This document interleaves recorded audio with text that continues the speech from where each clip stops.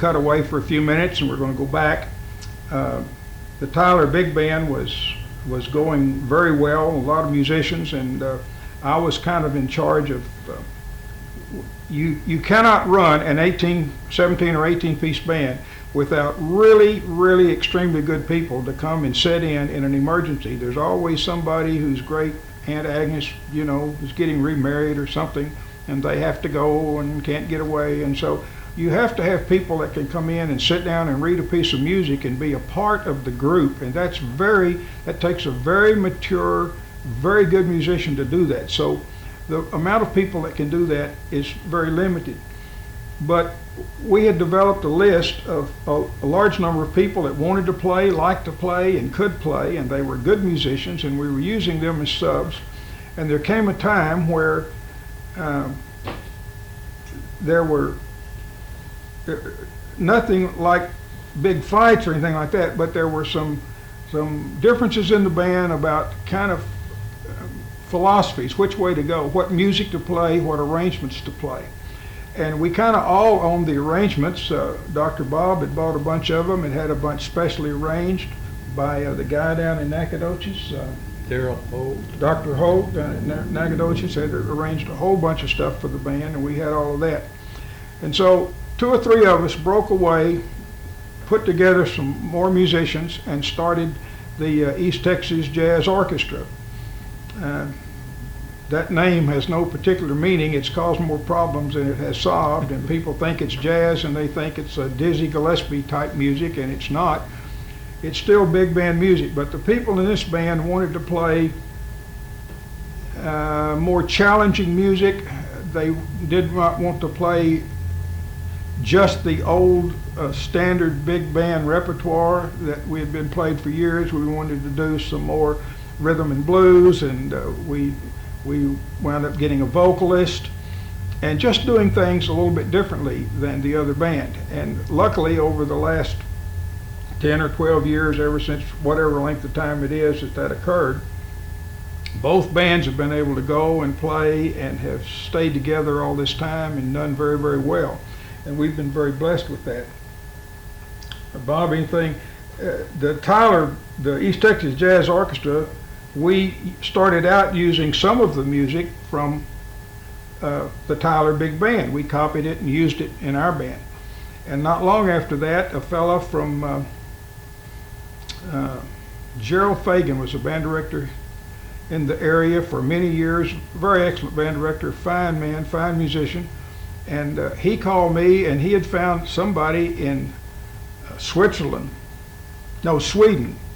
and they had an entire big band library of some 2,500 arrangements. Well, a new arrangement for a big band goes anywhere from $55 or $60 to $150. I mean, that's a lot of, that's a good deal of money to play for a single song to perform. So he wanted to buy this library, and I agreed to go in with him, and we both bought the library, and we've shared that library with a band that's up north of here, over by Jefferson, I think is where they are.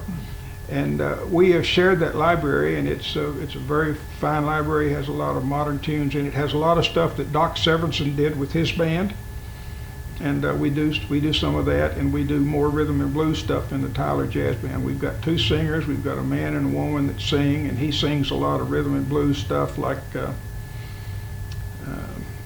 Stormy Monday, I don't know, rhythm and blues stuff. None of the titles come to mind. But both bands have done very well. And in regard to what I said a while ago, one of the problems that has been solved by having another band, at any given time I would have a trumpet player that would go down for whatever reason and not be able to perform, and I'd call Bob. He'd come in just like that and sit down and play it like he had been playing with the band for years. And of course, some of the arrangements he had actually been playing for years, but most of them not. But he could read well enough and play well enough. He could play the lead book, the second book, the third book, or the fourth book. He could play any of those, and that's very valuable for a band playing in this day and time, to have people that can do that, especially in an area that's not as large a metropolitan area as, say, Dallas or Houston or Chicago or New York or some big city.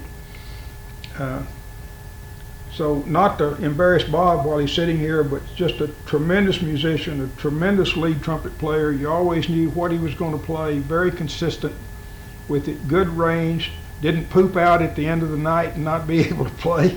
I mean, these are all important factors for a band that's going to play for 3 or 4 hours in a row. It's very difficult. Anything you'd like to add about the two bands? Or No, I think they're both fine, and they're both.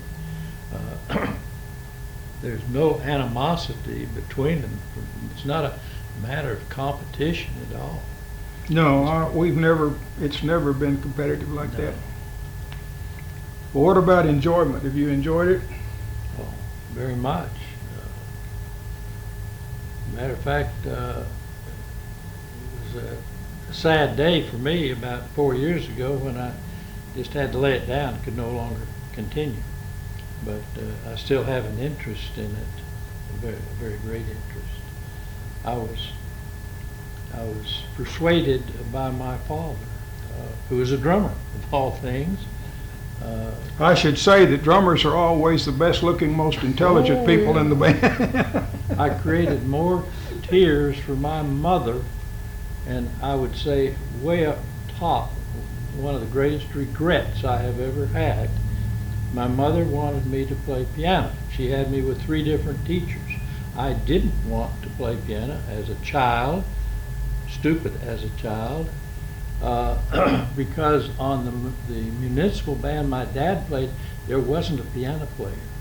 They were all horn blowers, and that led me astray, and I surely regret, one of the great regrets of my life is that I didn't follow my mother's advice. Not necessarily instead of a trumpet or what have you, but I think piano is a good foundation for anything that you want to do. You understand the whole thing, all the sounds and so forth. And I truly regret that, as a major stupid, one among many things, a stupid thing that I did not follow my mother's advice.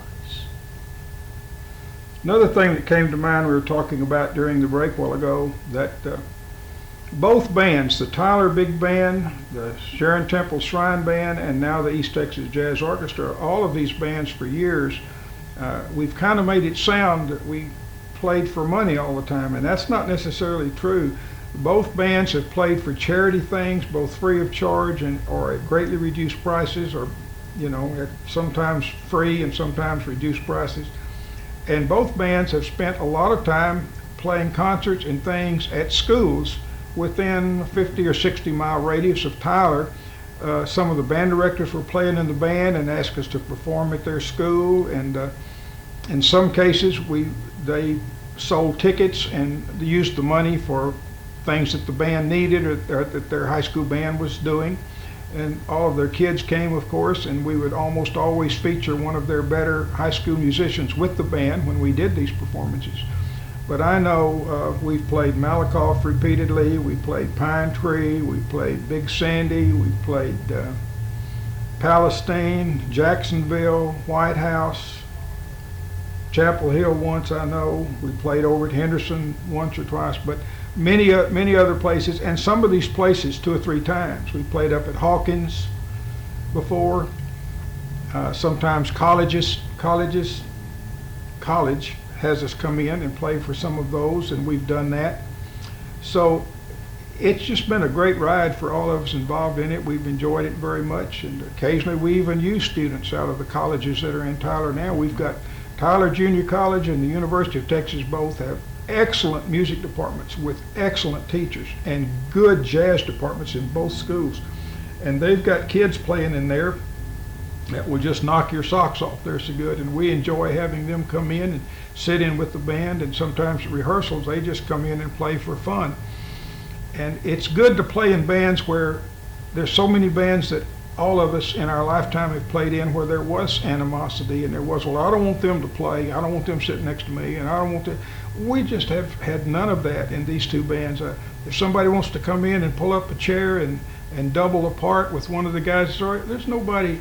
They don't mind that. They enjoy it, and it's just been really fun what we've been doing. And I know I've enjoyed it very much, And I'm sure Bob has. Okay, I think we're going to let it go at that for today. Maybe we'll do this again sometime. Thank you.